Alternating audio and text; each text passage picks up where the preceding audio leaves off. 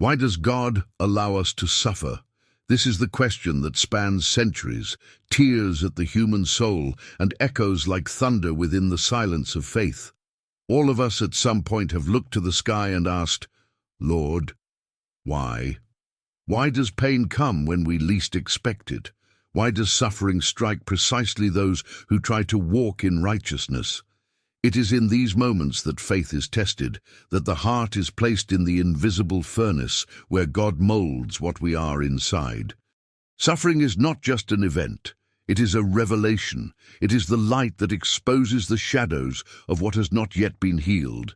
It is the fire that separates the gold from the impurity. The Bible does not hide this. It is a living testimony of men and women who faced the desert, losses, wounds, and even without understanding, remained standing. Because there is something in pain that reveals the invisible, something that transforms tears into divine language. When life breaks you, when the ground disappears and promises seem distant, that's when God observes what you do when no one is watching. Pain reveals whether faith is just words or conviction. It shows whether your trust is in God or in circumstances. And, according to the Bible, it is in the valley, not on the mountain, that character is forged. Look at Job, a righteous, upright, God-fearing man. And yet, everything was taken from him: children, wealth, health, dignity. Suffering completely shattered him. But it was amidst the ashes that he discovered who he truly was, and more than that, who God was. Because when everything falls apart, what remains is the truth. And suffering is God's scalpel that cuts to heal, that wounds to transform. There are pains that have no immediate explanation. There are wounds that seem unfair. But Christians need to understand that suffering is not punishment. It is training. It is the path by which God separates those who believe out of self-interest from those who believe out of love. Every tear has a purpose. Every dark night hides a dawn. When God allows you to suffer, He is not abandoning you. He is shaping you. Pain reveals who you are when no one applauds you. It reveals whether you seek God for what He does or for who He is. And it is precisely at this point that many give up, because they confuse silence with absence. But God's silence is the purest test of faith. It is in silence that gold is heated until it shines. It is when heaven seems distant that the spirit is closest. Suffering is the mirror where the soul sees itself without masks. It is in suffering that we discover whether our faith is emotional or spiritual, whether we live by appearances or by conviction. The Bible shows this repeatedly. Those who were broken were also those who knew the glory of God most acutely. Moses, Joseph, David, Paul, all of them experienced pain before living out the promise, because suffering precedes revelation. So perhaps the question isn't, why am I suffering? But what does God want to show me through this? Perhaps suffering isn't the end, but the beginning of an invisible transformation. Perhaps the pain that wounds you today is the same fire that will reveal you tomorrow. And that's what we need to talk about. Because pain has a voice, and those who learn to listen to it discover the true purpose of faith. If this message has already stirred something within you, then comment below. What has suffering revealed about you? Your response may awaken someone who is also struggling in the dark. Every story counts. Every pain carries a seed of purpose. But before we delve deeper into this revelation, it's important that you leave a like, not just because of algorithms, but because this simple gesture shows that the content touched you and made you reflect. This helps the message reach those who need to hear it now, those who may be about to give up. And if you're not already subscribed, sign up now. This video is just the beginning of a series where we will delve into biblical truths that transform pain into purpose, loss into faith, and suffering into revelation. So do this. Comment, leave a like, turn on notifications, because what comes next will open your eyes to something you may never have noticed before. Now that your heart is ready, we can move on to the next part, because suffering is only the beginning of the story that God wants to reveal in you. There are times when heaven seems distant and every prayer falls silent. You kneel, cry out, weep, and it seems like nothing happens. No sign, no answer, just the echo of your own plea, returning empty. It is at this moment that faith clashes with logic, and the heart begins to wonder if God is still listening. It is the God's silence, the spiritual desert where words die but faith is tested. The desert is a strange place. It has no sound, no color, no direction. It's a setting where even the air seems heavy, and yet it is there that God speaks loudest, not with an audible voice, but with an invisible presence. The Bible shows that every man and woman used by God went through this silence before glory. Abraham faced years of waiting, Moses 40 years in the desert, David fleeing from Saul, Jesus 40 days being tempted. Silence is the stage before revelation. But the problem is that silence is unsettling. It confronts our haste, dismantles our control, and reveals our impatience. Silence is the mirror that shows how much we trust God only when He speaks, but doubt when He is silent. However, God's silence is not absence, it's strategy. He is silent to see if you continue seeking Him. He hides to see if you still look for Him. Perhaps what seems like abandonment is, in fact, the training ground of faith. Because true faith is born in the dark. It's easy to believe when everything is going well, but it is in silence that we learn to worship without feeling, to trust without seeing, to remain without understanding.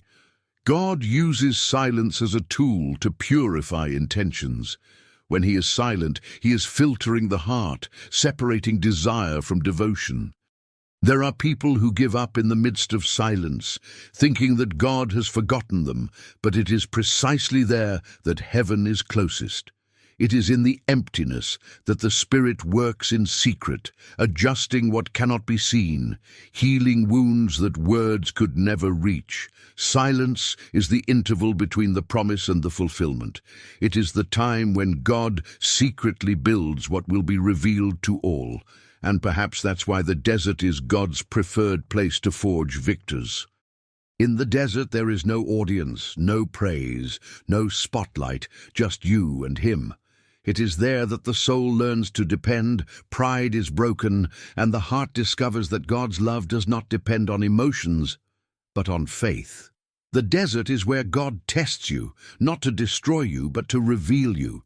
Have you ever noticed that when God is silent, the enemy speaks louder? It's as if doubts multiply, memories of the past return, and the mind becomes a battlefield. This happens because silence exposes inner noise. God is silent so that you can hear what needs to be dealt with within yourself.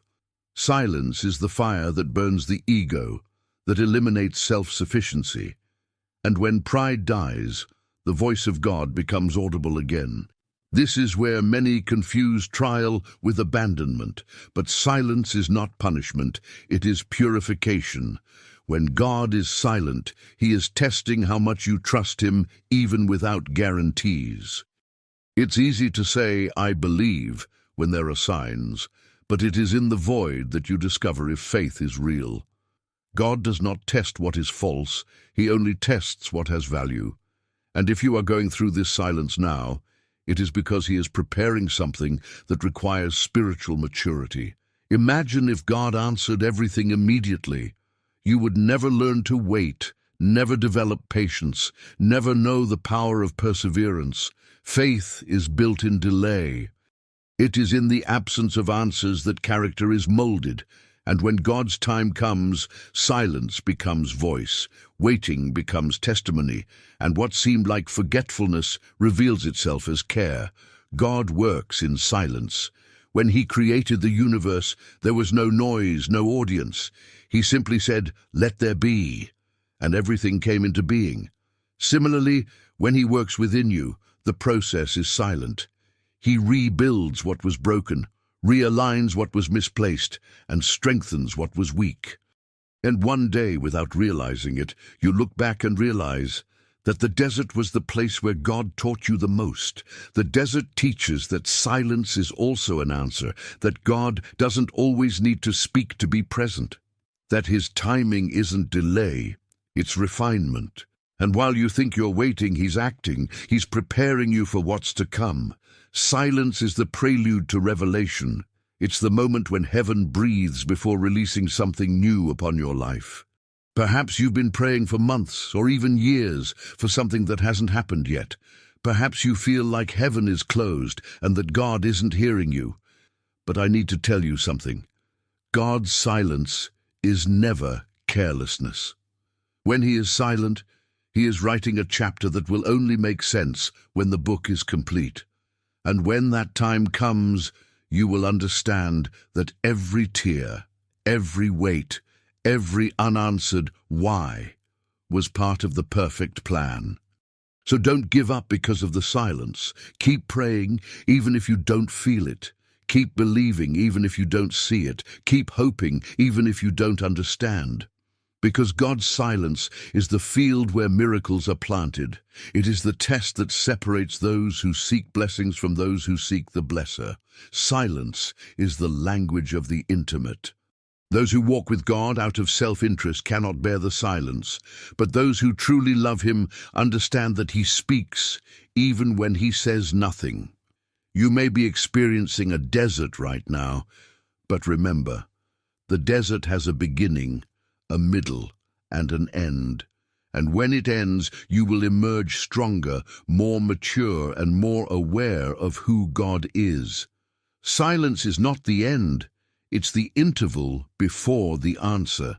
And when God breaks the silence, he will speak in a way that will change everything. If this message resonated with you, write a word in the comments that represents you right now. It could be faith, waiting, silence, purpose, whatever is in your heart. I want to know who is still standing firm in the desert, who still believes even when the sky seems silent. Because perhaps, as you write, God is already about to answer. Job, a name that echoes like a cry amidst the dust and silence of the sky. A righteous, upright, God-fearing man, and yet crushed by pain. Everything he had was taken away: family, health, wealth, honor. He who was once an example of blessing now becomes a living portrait of ruin. But it is precisely there that the mystery begins. Why does suffering visit the righteous? Why does God allow the innocent to be tested to the limit of sanity? The book of Job is not just an ancient story, it is a mirror, and whoever looks into it sees themselves. Because sooner or later, we all go through the same test. When the ground disappears, when the sky falls silent, when all that remains is why. Imagine Job sitting on ashes, scraping his wounds with a piece of broken pottery. He cries out not only from physical pain, but from the spiritual pain of not understanding. He served, prayed, and feared God. And suddenly, everything collapses. The man of faith is placed before the abyss of doubt. But it is in this abyss that gold is purified. God does not test to destroy, he tests to reveal. Because suffering, however cruel it may seem, is the mirror of the soul. And when everything is taken away, what remains is who you truly are. Many remember Job only as the patient man, but he was not passive.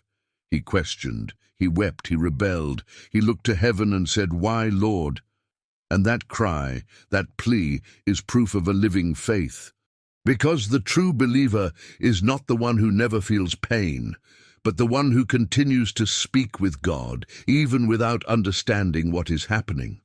God's silence for Job was the most painful school of his life, but also the most transformative. His pain wasn't just a loss, it was a revelation. Every tear that fell, every sleepless night, every empty gaze at the unanswered sky, all of it was digging something up inside him.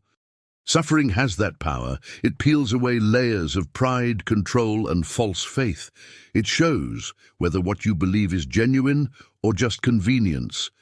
Did Job love God because he received, or did he love God because he was worthy, even when nothing else made sense? That's the question suffering poses to each of us. When everything crumbles, you discover what sustained your faith. Did Job believe because he had faith? Or did he have faith because he believed? When the wind carried away his children, when disease consumed his body, when his friends accused him and his wife told him to curse God, Job was alone with God. And it was there, in the silence and ashes, that he began to see. Suffering stripped him of illusions and led him to the essence of faith. God could have spared Job. He could have prevented evil from touching him. But the purpose wasn't the pain itself, it was the revelation.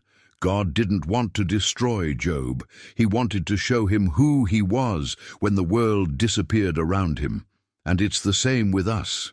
Suffering reveals whether our faith is built on blessings or on eternal foundations. If your faith only exists while everything is going well, it's not faith, it's comfort. But when pain comes and you still kneel, still pray, still wait, then you reveal the gold that God has placed within you. The enemy believed that Job only served God out of self-interest, and perhaps that's what he believes of many today. Touch what he loves and see if it still serves you, was the challenge that echoed in heaven. And God allowed it, not because he doubted Job, but because he trusted him. There are sufferings that are divine permissions, not punishments, but missions. Trials that don't come to destroy us, but to show the world and heaven that our faith is real. While Job lost everything, the world witnessed tragedy. But heaven saw testimony. Each tear was a seed of glory. Each silence was a stronger answer than 1,000 words. Because God doesn't only reveal himself in miracles. Sometimes he reveals himself in the midst of pain, when everything seems meaningless, and yet you continue to believe. Job didn't know it, but his suffering had a heavenly audience. Angels and demons watched. The entire spiritual universe witnessed a man of dust showing what faithfulness is.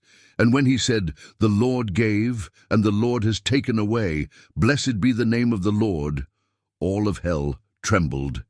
Because it wasn't just a man suffering there. It was faith tested in the fire saying, "I continue to believe, even without understanding." This is the secret that few realize. Pain did not come to kill Job, it came to make him eternal. Faith that only celebrates well-being is shallow. But faith that endures suffering is immortal. Suffering exposes the heart, reveals intentions, shows whether we love God for what he does or for who he is. And what is most impressive is that, in the end, Job not only recovers what he lost, he becomes someone who sees. Before, he said, "I had heard of you by the hearing of the ear," but after the suffering he declares, "Now my eye sees you." Pain opened his spiritual eyes. Suffering was the gateway to revelation. He not only regained possessions and health, but also gained the vision of the unseen. But we haven't yet reached the deepest point of this journey. Because before restoration, Job needed to understand that suffering was not punishment, but an invitation. An invitation to know a God who goes beyond theology, beyond logic, beyond human comfort. And perhaps that's what God is doing with you now, using suffering to reveal your true faith. Pain is the purifying fire, and the question remains, what is it revealing about you? Does your faith hold firm when everything seems to be against you? Or has despair taken the place of confidence? Think about it. Leave a comment saying, "My faith is greater than the pain." I want to see who understands what God is revealing here. And if this message spoke to you, also write, "I continue to believe," because suffering may test, but it can never destroy what is true. The human soul is like raw gold, beautiful in potential, but still covered by invisible impurities. And God, being the perfect goldsmith, uses the fire of pain to polish what time and vanity have hidden. This is the invisible forge of the soul, a silent, painful and divinely intentional process, because suffering, contrary to what many think, is not the end. It is the means. It is the method by which heaven transforms weakness into strength, fear into faith, despair into dependence. And the more intense the fire, the purer the gold that emerges. Think about it. Nothing valuable is born without pressure. The diamond is sculpted in the depths. The olive oil comes from the crushed olive tree, the wine from the squeezed grape. So why would it be different with the soul? God works in the shadows of the invisible, using pain as an instrument of revelation. He doesn't destroy what he loves. He refines. When you feel like everything is on fire around you, perhaps it's not destruction, but purification. Because there are pains that are not punishments. They are spiritual surgeries. God cuts to heal, breaks to rebuild, and silences to teach us to listen to what the noise of the world has always muffled. Suffering reveals what abundance hides. When everything is going well, it's easy to appear faithful, loving, and balanced. But when the fire arrives, it shows whether faith is real or just an appearance. Gold doesn't fear fire because fire doesn't destroy it. It only separates it from the dirt. So it is with pain. It burns away what is superficial and reveals what is eternal. Pride melts, the ego crumbles, illusions evaporate, and what remains is the essence. What remains is what God truly wanted to preserve. The forging of the soul is invisible because no one sees what God is shaping within you. While the world judges you for what you have lost, heaven silently observes what you are gaining. You may seem weak, but you are being strengthened. You may seem broken, but you are being molded. Every tear, every unanswered night, every prayer that seems unanswered, all of this is part of the process. God has not abandoned you. He has simply placed you in the right fire at the exact temperature to burn away what should not remain. Gold, to be pure, needs to withstand heat until all impurities rise to the surface, and the goldsmith knows it's ready when he can see the reflection of his face on the surface of the metal. And that's exactly what God does with the soul. He allows the fire until his image is reflected in you. As long as there is pride, fear, distrust, he continues to heat. Because the purpose is not suffering itself, it's transformation. God wants to see himself in you. And for that, he needs the fire to reveal what still prevents his light from shining. Many times we ask God to use us, to make us strong, wise, profound. But we forget that the price of depth is pain. There is no maturity without the desert, nor true faith without renunciation. And perhaps you are exactly at that point now, burning, feeling the weight of the fire, thinking you are being destroyed. But you are not. You are being purified. Every pain has a function. Every loss has a purpose. God does not waste tears. He transforms suffering into wisdom and despair into intimacy. When everything hurts, it's a sign that the Spirit is working on something profound, because the fire that destroys the superficial is the same fire that awakens the spiritual. It is in this heat that the soul learns what faith is. Faith is not believing when everything is going well. It is remaining firm when everything seems contrary. It is trusting when the fire seems to burn too much, when there is no logic, when the plan crumbles. It is there that the true gold appears. God uses suffering as a mirror. He shows you what you still don't see. He shows you where you still trust yourself more than him. He shows you how much still needs to be refined. And the hardest part is realizing that pain comes to reveal to us, not what God is, but who we truly are. It's an inner confrontation, and few can bear to look inside when the fire begins to burn. But it is there, in that place where no one can help you, that heaven works with the most power. Fire is individual. What burns in you is not the same as what burns in another. God knows the exact point of your resistance. He knows how much He can heat you without destroying you. Gold needs to reach its melting point, no more, no less. It's the same with the soul. There are sufferings that seem impossible, but God measures every inch of your pain. He is controlling the flame. Even when you think you are alone, He is there, observing the process, because the result matters, and the result is glorious, because whoever goes through the fire never returns the same. Suffering changes the voice, changes the gaze, changes the heart. It makes you see what comfort doesn't show. Pain is a spiritual lens. Those who suffer learn to hear God's whisper in the subtext of life. They learn to value what once seemed small. They learn that they don't need to understand everything to trust. They learn that true faith is continuing, even without guarantees. God is forging you. And if today it seems the fire is too intense, it's because something valuable is about to emerge. You are not being punished, you are being prepared. Gold doesn't complain about the fire. It knows it needs it to shine. So don't run from the process. Understand that pain has a purpose.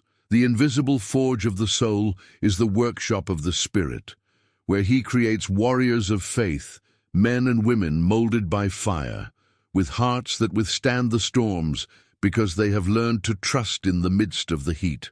And perhaps what God is saying now, through this process, is simple. I am here, and the fire will not consume you, it will refine you. Because only when you go through the fire do you learn the value of His presence. When everything seems to collapse, the Spirit becomes more real than ever. It is in this fire that the soul stops merely believing and begins to know. There are pains that breed anger, but there are pains that forge destiny. And this, perhaps, is one of them. You may not see it now, but every tear is being recorded, every prayer is being heard. God did not leave you at the mercy of pain.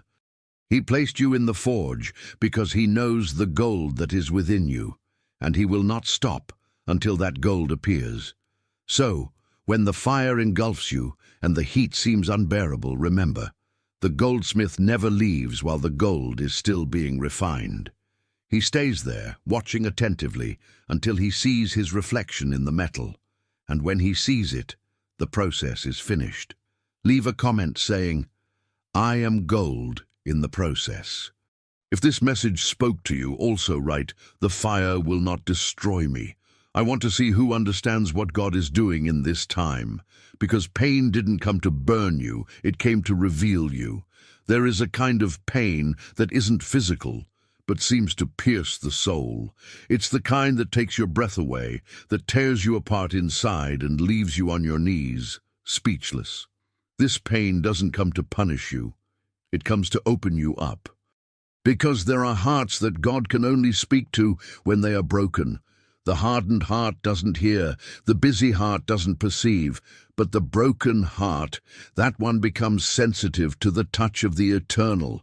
When everything collapses and words fail, silence becomes an altar, and it is there, amidst tears and fragments, that God speaks loudest. When the heart is broken, pride gives way to truth. The masks fall, the I can do anything attitude disappears, and the human being finally understands that they never controlled anything. It is at this point of surrender that the divine presence finds space. Brokenness is the portal to revelation. It is the exact point where the human spirit meets the divine, and however painful it may be, it is a privilege to reach that point. Because while most flee from pain, the broken-hearted discover God within it. God speaks in languages that comfort cannot translate. He whispers in the deserts, appears in the ruins, answers in the midst of the storm. And when the heart breaks, He does not turn away. On the contrary, He draws near. The Bible says, "The Lord is near to the broken-hearted." This is not a pretty phrase, it is a spiritual reality. God does not manifest Himself in the heights of pride, but in the depths of surrender. He dwells in the contrite spirit, the one that does not feign strength, that does not disguise pain, that simply surrenders. There are times when the heavens are silent, not out of absence, but out of strategy. Because while the heart is full, there is no room for the new. Something must break, something must be dismantled, so that God can rebuild with his own hands. He doesn't speak to those who are still in control, but to those who have already surrendered. And the truth is harsh. Sometimes he allows the heart to break precisely to say what we would never hear in times of comfort. Brokenness is the language of heaven. It is through it that the soul learns to listen, not with the ears, but with the spirit. When pride breaks, the sound of God's voice becomes audible. He speaks in pain, but not to hurt. He speaks to reveal. Every tear that falls carries an invisible lesson. Every sleepless night, every prayer between sobs, every silence of heaven is a lesson in dependence, faith, and transformation. And it is in this state of vulnerability that the human being becomes real. Without filters, without disguises, without the burden of appearing strong. God doesn't need masks, he needs truth, and the truth of the heart only appears when it is broken, because pain exposes, suffering purifies, and brokenness connects. It is the moment when heaven and earth meet in the sincerity of the human soul. What many call defeat, heaven calls preparation. What seems like ruin, to God, is fertile ground. When the heart is broken, he is not destroying you, he is rebuilding you. The vessel that breaks in the potter's hands is not discarded, it is remade. God does not throw away broken hearts, he molds them again, with more delicacy, more beauty, more purpose, and each crack becomes a path through which the light enters. There is a secret beauty in brokenness. Those who have experienced it know that God's presence in the midst of pain is more real than any visible miracle. It is a presence that needs no words, only tears. It is a voice that comes not from outside, but from within.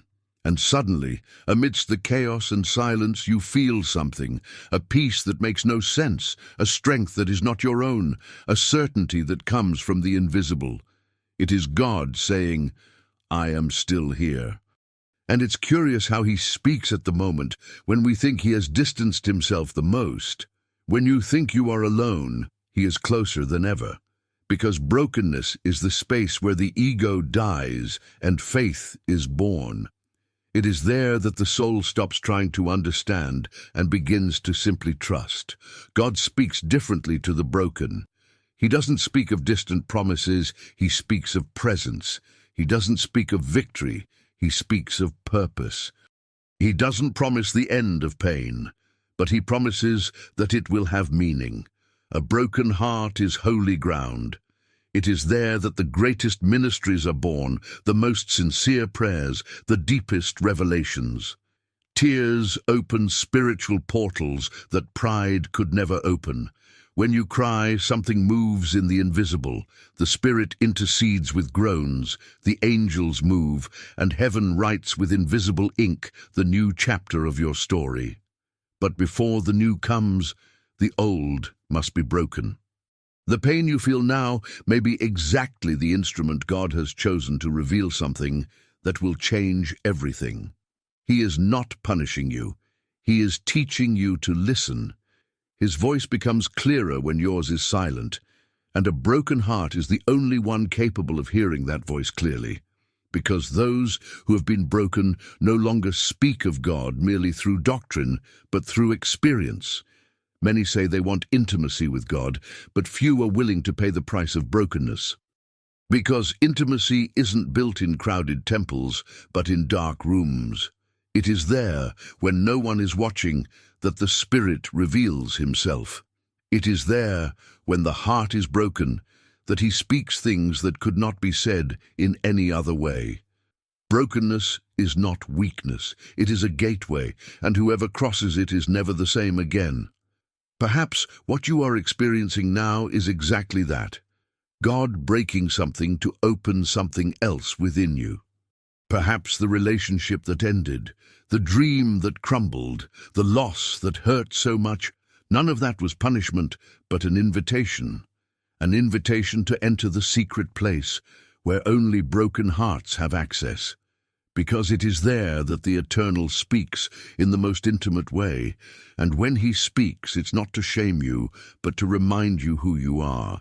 He speaks to heal what has been wounded, to rekindle what has been extinguished, to restore what seemed lost. He speaks to transform pain into direction.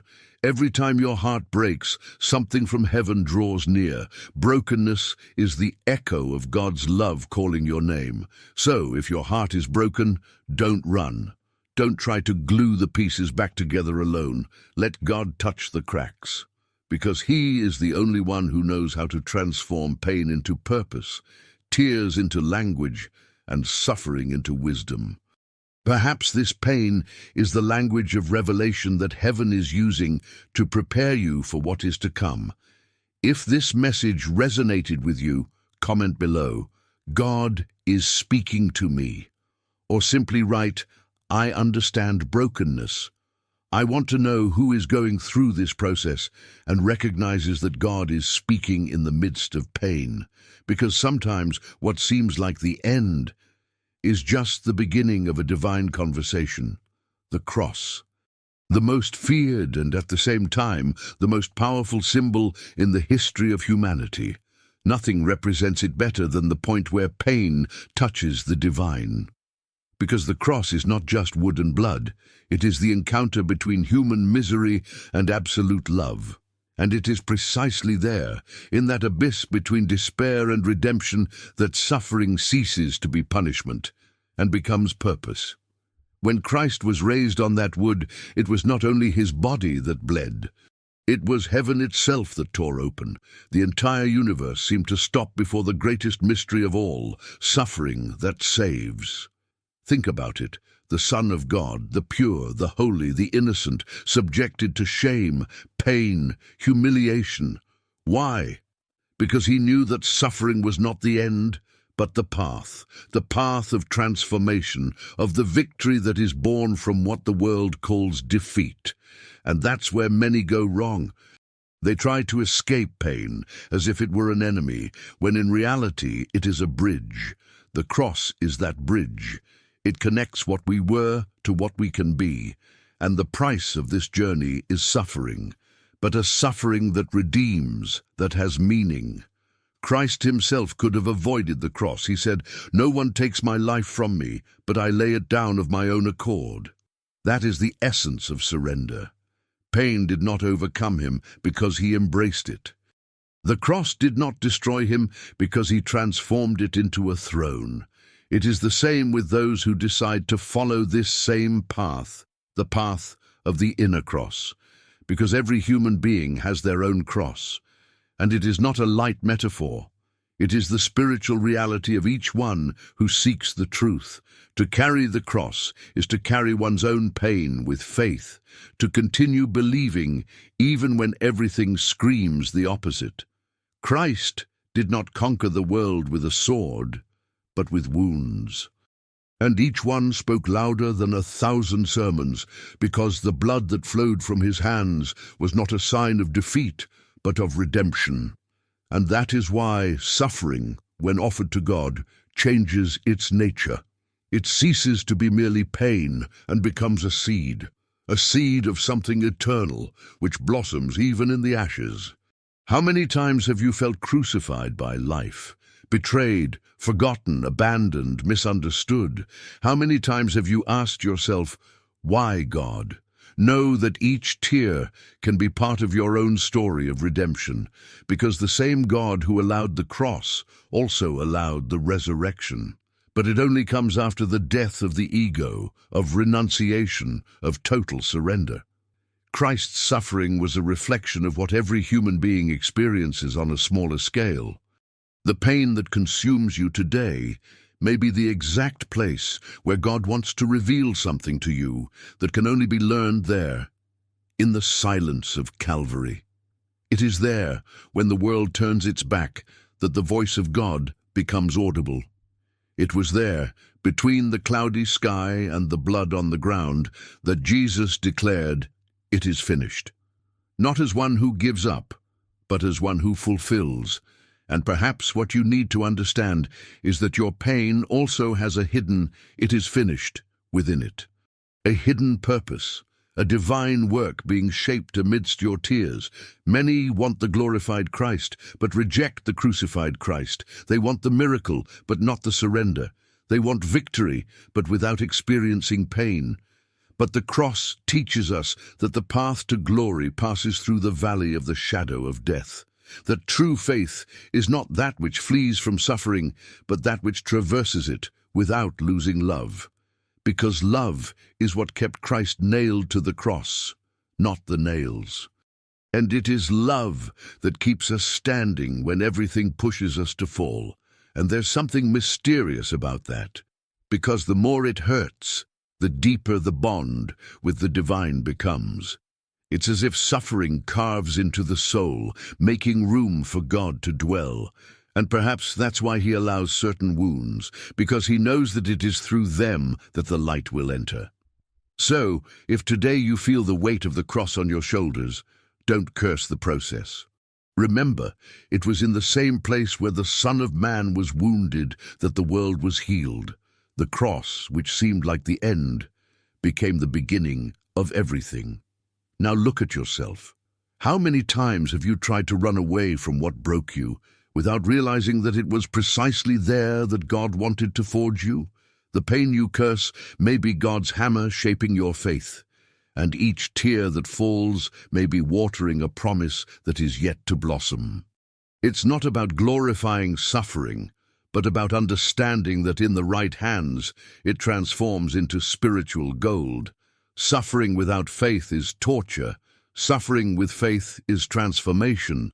Christ showed that even the horror of the cross could be transformed into an act of love. And that is what heaven expects of us, that we learn to transform our pain into bridges, not walls, that we use our wounds as testimonies, not chains, that we understand that there is no power in denying the cross, but in accepting it as part of the process of being shaped by God. Perhaps today you are on a personal Golgotha, carrying the weight of something no one understands. Perhaps you look around and only see mockers, voices saying it's over, but remember, there is always a third day. The time between the cross and the resurrection is the most silent, the most solitary, but it is also the most divine. It is there that God works, in the invisible, in the hidden, and the same power that resurrected Jesus is at work in your invisible sufferings, transforming everything. If this message resonates with you, write in the comments, "The cross doesn't destroy me, it transforms me." I want to see how many here still believe that suffering can be redemption. And if any part of this text spoke to you, comment "Living Faith." This helps the video reach more people who need to hear this truth. There are times when God silences everything around us. Voices fall silent, doors close, and the ground seems to disappear. It is there, in that uncomfortable void, that the true judgment of character begins. Because when pain arrives, it doesn't come to invent who we are. It merely reveals what has always been hidden. Suffering is the mirror that comfort never showed. And it is in this mirror that we see, without disguise, the truth about ourselves. Pain is an invisible court, and the heart is the defendant. There, before the trials of life, is where one discovers whether faith was real or just a pretty speech. While everything is going well, it's easy to appear spiritual. It's easy to talk about trust, surrender, and forgiveness. But when pain tears, when betrayal arrives, when failure humiliates, that's when the judgment begins. That's when you see who serves God out of love and who served for personal gain. The fire of suffering doesn't create gold, it only separates it from impurity. And that's why pain is holy. It reveals. It shows who we really are when no one is watching, when the stage ends and only the backstage of the soul remains. Many get lost at this point because they confuse trial with punishment, but the judgment of character is not a condemnation. It is a revelation. It is God showing, see who you are when the ground disappears. Pain does not destroy the righteous. It only proves their essence. Therefore, suffering is the most honest moment of existence. There are no masks there. There is no pretense. Only what is true endures. When everything is going well, you can deceive the world, even deceive yourself. But when pain comes, it places you before the divine mirror and asks, what will remain when everything you have is taken away? And this is where many stumble, because pain demands truth. It accepts no excuses. It forces the spirit to choose. Either it matures or it breaks. God uses suffering as a spiritual scalpel. He cuts away pride, opens hidden wounds, removes what has rotted. It is painful but necessary. Without this process, character would never be purified. Gold only shines after passing through fire. So does character. Comfort is deceiving. It creates an illusion of control, a sense of security that lulls the soul to sleep. But when the wind changes, when chaos sets in, that's when the essence manifests. Have you ever noticed how pain changes people's language? Those who have suffered speak differently. They look differently. They see others with more compassion because they learned in the valley what the mountaintop could never teach. Pain doesn't teach theory, it teaches truth. And the truth hurts, but it sets you free. When God allows trials, He's looking less at what you feel and more at what you become. Because suffering is a spiritual forge. Every loss, every humiliation, every silence is a divine hammer blow shaping your inner structure. The world sees suffering as destruction. God sees it as refinement. That's why He doesn't explain. He reveals. He shows who the servant truly is, who truly trusts, who truly loves, even without understanding. The judgment of character is silent.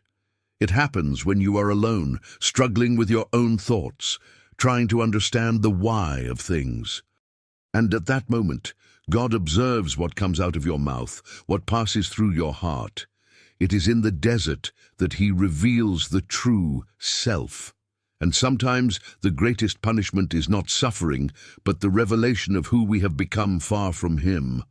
Because pain shows what comfort has hidden for years, weakness disguised as strength, pride masked as faith, doubt disguised as reason. Think about it. Judas and Peter were tested. Both failed, but only one allowed himself to be broken. Suffering revealed what comfort could never show, character. Judas fell and sank because his heart was already corrupted even before the test. Peter fell and wept bitterly because the pain exposed his humanity, but also led him to transformation. That's what pain does. It reveals who can still be restored and who was only pretending to be whole.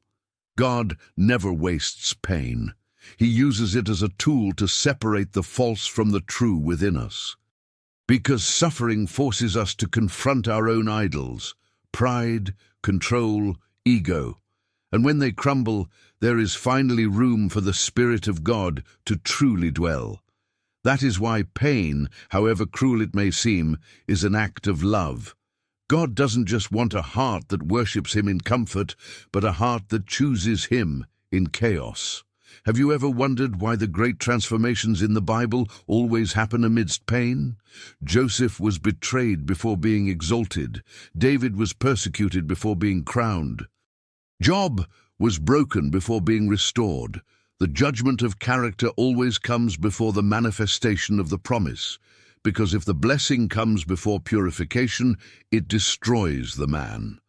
But if character comes first, the blessing becomes a support, not a trap. When everything falls apart and yet you remain faithful, God smiles, because He sees something rare in you, authenticity. Pain didn't create you, but it revealed that something solid already existed within you, something that not even hell can take away. Faith. And this faith, tested by fire, becomes more precious than the purest gold. It is the seal of those who survived the trial, not because they were strong, but because they learned to depend on Him. So, if your life is being turned upside down, if it seems like God is judging you, understand, He is not punishing you. He is revealing what comfort was hiding. He is showing you the potential that fear stifled, the purpose that routine suffocated. He is calling you to a new level of truth. Pain is the tribunal where masks fall and the spirit awakens. And perhaps it is precisely there, in the midst of this exposure, that He shows you that true character is not what impresses others, but what remains when no one applauds you. It is what chooses to love when not loved. It is what forgives when no one deserves it. It is what prays when feeling nothing. This is the kind of character that heaven recognizes. Now tell me, have you ever experienced something that exposed who you really were? Have you ever gone through pain that revealed you in a way that comfort never could? Comment, "Pain reveals," if this message resonated with you. And if you want to delve deeper, write in the comments what your experience taught you, because sometimes the testimony of a wounded heart is the mirror another needs to see themselves. There is something mysterious and sacred about trials. It's as if God Himself extinguishes the lights in your life for a moment, not to punish you, but to teach you to see in the dark. Because true faith doesn't need light to exist. It shines precisely when everything around it goes out. The hidden glory of trials is this: when everything crumbles on the outside, something begins to be born on the inside. And this birth is silent, profound, and invisible, but it is there that the spirit becomes unbreakable. God never wastes a trial. Every tear, every silence, every night you thought about giving up is part of a greater purpose. Trials are the field where He trains the unseen warriors. It is where He transforms despair into faith, pain into revelation, weakness into dependence. It is in the desert that He forms those who will bear the weight of the promise. And that is why, before glory there is always fire. Before exaltation there is brokenness. Before blessing there is testing. Tested faith is faith that shines. Because faith that has never been tested is theoretical, beautiful in discourse, but fragile in practice. When everything is going well, it's easy to say, "I trust in God." But when the wind blows against you, when prayer seems to go nowhere, that's when the faith that heaven recognizes is revealed. Gold doesn't shine on its own. It needs fire, and in the same way, faith only becomes precious when it is tested. Have you ever noticed that the most powerful stories in the Bible are born from suffering? Abraham being tested in the sacrifice of his son, Joseph being betrayed before ruling, David fleeing before being crowned, Paul being persecuted before preaching to the world, and Christ Himself before the glory of the resurrection came the cross. This reveals an unchanging spiritual pattern. All glory comes through pain, because without the cross there is no crown. Without the desert there is no Canaan. Without trials there is no fullness. Suffering is the prelude to spiritual victory. It prepares the soul's ground so that the promise may flourish with deep roots. Many want the miracle, but few accept the process. And it is precisely the process that reveals who is ready, because glory does not manifest itself upon immature hearts. God does not deliver victory before the soul learns its value. The hidden glory of trials lies in realizing that even when all seems lost, God is still working behind the scenes. He hasn't abandoned you. He has simply changed His strategy. Sometimes He is silent so that your faith may speak. Sometimes He hides the light so that you may learn to see with your heart. God's absence is not absence, it is teaching. He hides so that the seeker may find Him in a new way. This is the point where most give up, because they confuse silence with rejection. But the trial is not the end, it is the beginning of transformation. The soul that endures the fire emerges different, more mature, more lucid, more intimate with the Creator. It is in this type of trial that faith becomes experience, and after you experience God in the midst of pain, no future storm will frighten you anymore, because whoever survived the furnace no longer fears the heat. What few understand is that glory is not just the result of the trial, but the process itself. It is glorious to continue believing when everything says otherwise. It is glorious to continue praying when heaven seems closed. It is glorious to continue loving when the heart is broken. This is the glory that human eyes do not see, but that heaven celebrates. When God allows the fire, He already knows that the gold is inside. The trial does not come to destroy, but to reveal. It is the divine process of refining the soul. It is the moment when heaven tests whether the faith we profess is solid or merely emotional. And when the soul resists, the very Spirit of God shines through it. The hidden glory is this light that is born from resistance, and the stronger the fire, the purer the gold. Therefore, the more intense the pain, the deeper the glory that will come. The enemy tries to transform your trial into despair, but God transforms it into testimony. What breaks you today will be the same thing that lifts you up tomorrow. What hurts you today will be what makes you shine one day. No tear is wasted. No night is in vain. Everything is being recorded, shaped, perfected. Trials are the setting where God writes the most beautiful stories of eternity. It is in the valley that He speaks most clearly. It is in weakness that His power is manifested most strongly. Paul understood this when he said, "When I am weak, then I am strong." So the glory of trials is this divine reversal. What seemed like defeat becomes victory. What seemed like loss becomes gain. What seemed like silence transforms into revelation. But there is something even deeper. The trial reveals the difference between believing in God and trusting in God. Believing is easy. Trusting is continuing to walk even without understanding. It is looking to the sky and saying, "I don't see, but I know that you are here." This faith is what moves the invisible. It is the faith that the devil cannot extinguish. It is the faith that carries glory. And when the soul goes through the trial and does not give up, it receives a new kind of light. No longer the light of understanding, but the light of experience. The face of one who has endured the valley shines differently. It is not a superficial glow, but the glow of one who has seen God up close.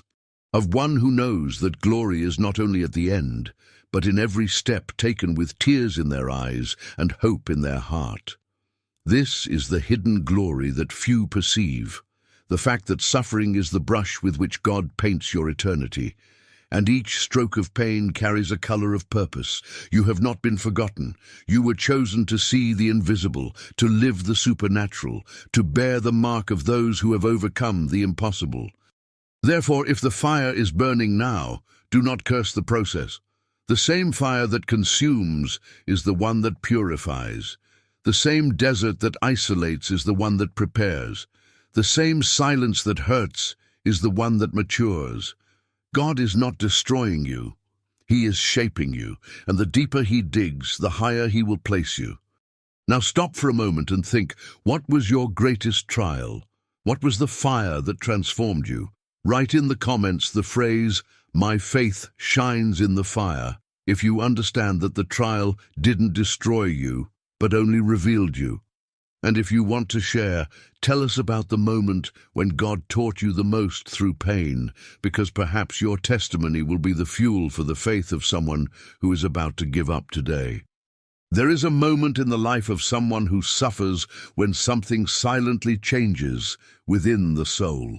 It is not a visible turning point, not a sudden explosion of light, but a profound, invisible transformation, the instant when the sufferer ceases to be merely a victim of pain and becomes a witness to the power that wounded, healed, and caused them to be reborn.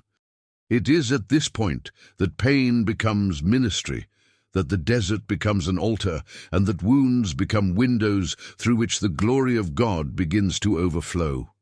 The transformation of the sufferer into a witness is a spiritual mystery that few understand, but that all great men and women of faith have experienced. It's as if God were saying, "Now that you have known me in suffering, you will reveal me in healing." Because no one speaks of liberation with as much authority as someone who has been enslaved. No one speaks of faith with as much truth as someone who has doubted. No one speaks of consolation with as much power as someone who has cried until they were breathless. Suffering is the field where God plants the seeds of testimony. Every tear, every unanswered night, every prayer that seemed lost in silence, all of this is raw material for miracles. God wastes nothing. He transforms pain into a school, wounds into messages, and chaos into purpose. And when the sufferer understands this, he rises not with pride, but with power. Because those who have descended into the valley and returned know that hell cannot conquer those who bear the seal of divine experience. There is a kind of wisdom that cannot be learned from books. It is learned through tears. There is a kind of authority that does not come from position. It comes from survival. That is why, when God raises up someone who has suffered, no one can refute what that person says. Because the testimony is living proof that faith works, that grace is real, and that pain has a purpose. The witness does not need to convince. They simply exist, and their own story preaches the gospel without words. Think about how many times God sustained you when everything was falling apart. How many times you thought you couldn't do it, and yet something held you up, something invisible, unshakable. That wasn't luck, it wasn't chance. It was God training you to heal others. Because all healing begins with the one who has been wounded. The wounded person understands the pain of another without needing to explain. They don't speak from theory, they speak from experience. They don't preach, they transmit. And this is how the Holy Spirit works. He transforms scars into portals. The wounds that once brought shame become signs of authority. The places where you bled become points of light. The same valley that saw you cry will now hear your voice saying, "I survived." And each of your words will be a key that frees someone from the same captivity that once imprisoned you. This is the divine cycle of restoration. God allows pain to generate empathy, suffering to generate wisdom, and overcoming to generate power. Those who have been broken inside come to understand what others feel. Those who have been humiliated learn to lift up the fallen. Those who have experienced God's silence become a voice for those who cannot pray. Pain makes them human, but the encounter with God makes them supernatural. Being a witness isn't just about recounting what happened. It's about bearing the mark of transformation. It's about looking back and recognizing, I am no longer the same.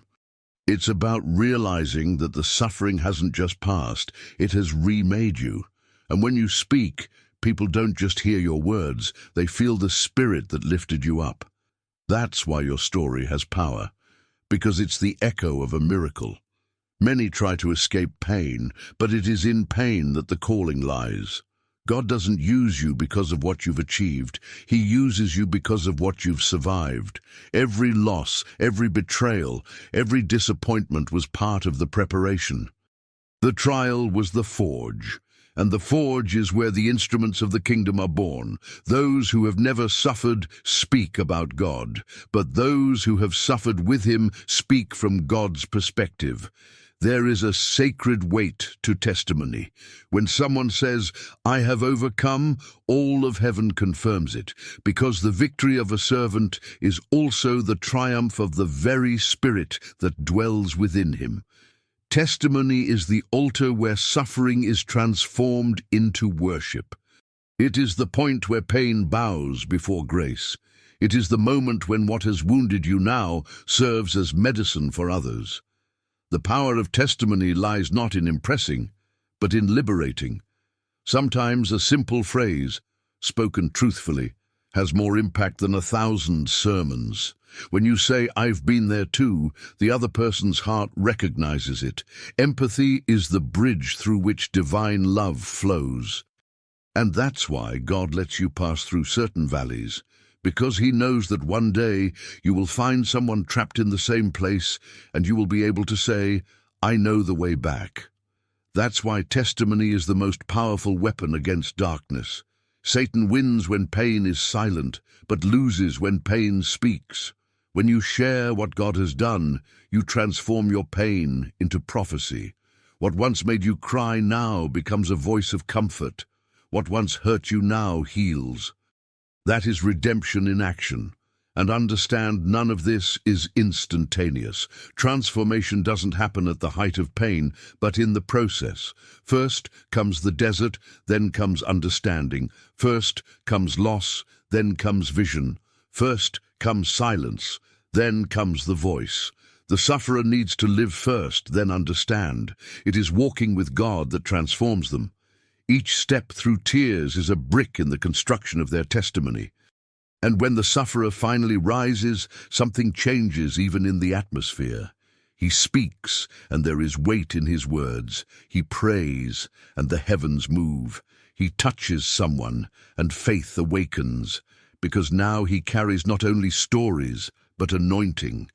Pain has consecrated him without needing a human altar. The desert has anointed him. Suffering has set him apart. And that's why you can't give up in the middle of the trial. What hurts today will be your message tomorrow. What seems unfair today will be your authority tomorrow. God is making you a voice for a generation that no longer knows how to listen to the Spirit. Every tear is writing a chapter that will one day set someone free. And perhaps now, as you listen to this, you realize your story is no longer just yours. It belongs to whoever is yet to hear it. Your suffering is the map of another lost warrior. Your wounds are living letters that God uses to touch those the world cannot reach. And when this understanding overwhelms you, you realize it was all worth it. Now I want you to stop for a moment and think, what pain in your life has God transformed into strength? What wound has become a testimony? Write the phrase in the comments below. My pain became my voice, if you understand what it means to be healed in order to heal others. And if you want to share, briefly tell us what God has done through your suffering, because your story may be the answer to someone's prayer who is listening to this video right now. There are pains that don't disappear. They transform into questions, questions that echo in the soul, even when the body tries to pretend it has overcome them.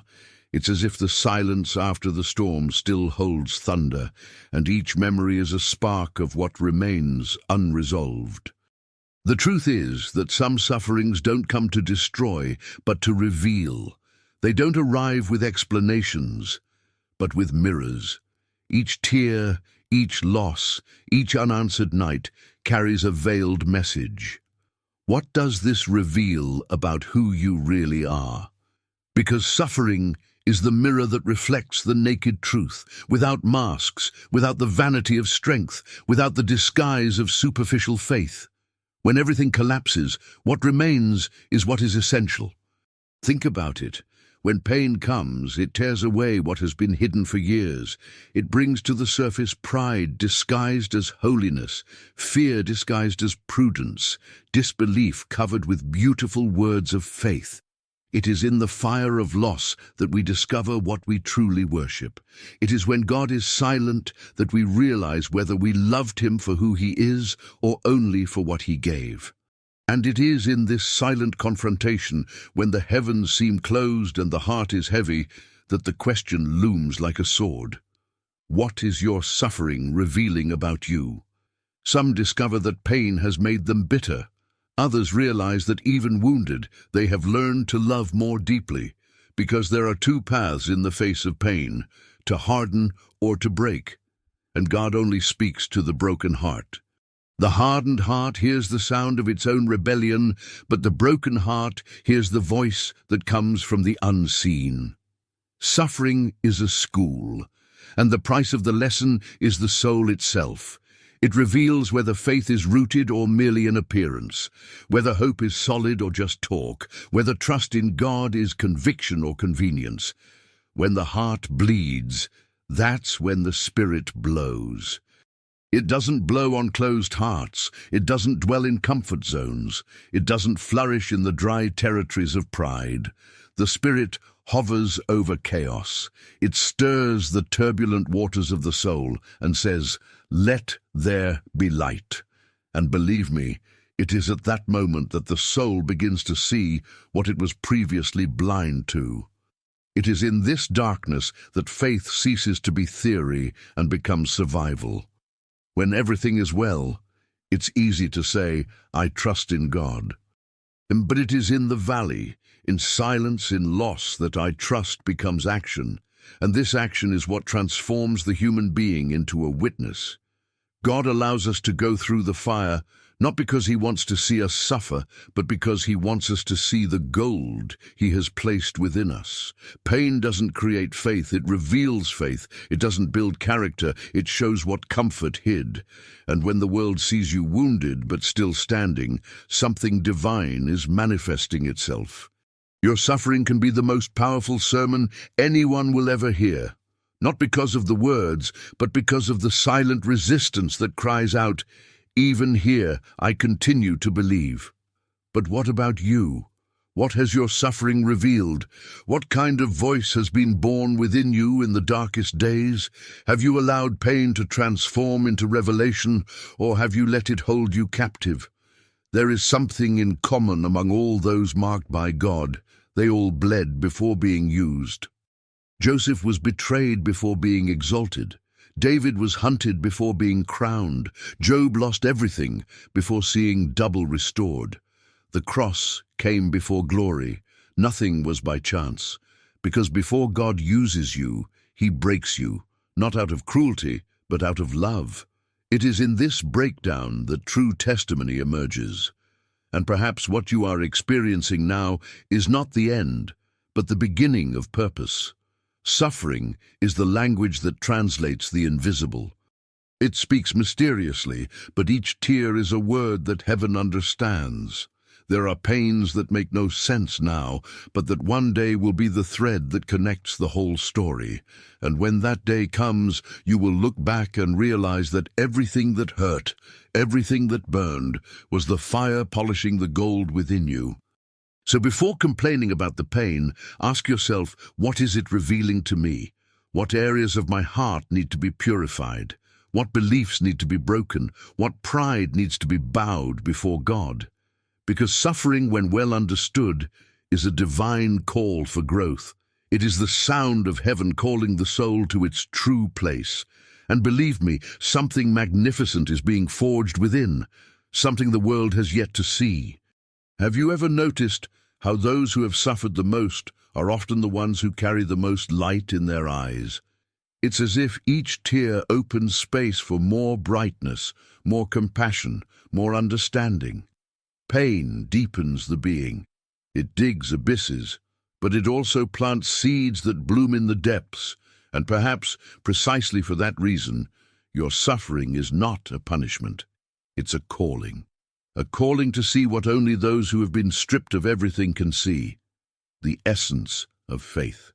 And that's why this video, this conversation, isn't just about pain.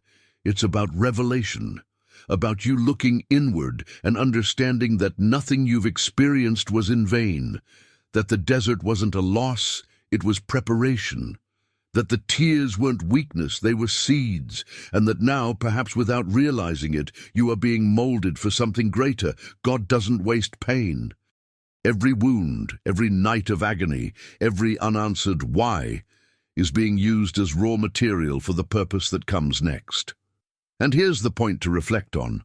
Suffering is not the end, it's the diagnosis. It reveals the state of the soul, shows what needs healing and what has already matured. And when you understand this, pain ceases to be an enemy and becomes a messenger. It confronts you, but it also guides you. It tears you apart, but it also molds you. It's a sacred paradox. Now, before we continue, I want you to pause for a second and think, what has your suffering revealed about you? That's the question that remains. And I want to challenge you to write a simple but true sentence in the comments. It could be something like, "My pain revealed who I am," or "My wound turned into faith." Write something that declares what God has shown you in this process. Comment on it now. Perhaps your comment will be the confirmation someone needs to read today. And if this content spoke to you, leave a like, share, and subscribe, because the next part will delve even deeper into this revelation.